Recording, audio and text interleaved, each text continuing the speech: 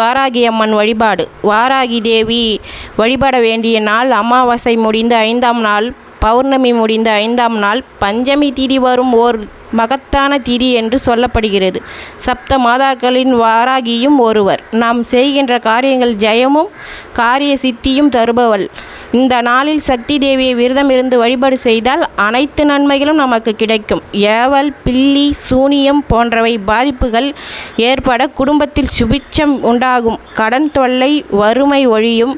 வளர்பிறை பஞ்சமி, தேய்பிறை பஞ்சமி என 2 முறை வரும் பஞ்சமி திதிகளில் விரதம் இருந்து வழிபாடு செய்யலாம்.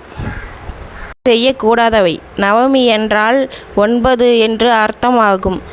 இது ஒரு வடமொழி சொல்லாகும். அமாவாசை மற்றும் பௌர்ணமி நாளிலிருந்து மற்றும் 9வது நாள் நவமி திதியாகும். பொதுவாக ராமபிரான் நவமி அன்றுதான் அவதரித்தார். அப்படி சீதையை பிரிந்த அவர் பட்ட துயரங்கள் எல்லாம் நவமி திதியில் அவர் பிறந்த காரணத்தால் தான் நடந்தது என்று சாஸ்திரங்கள் கூறுகின்றன.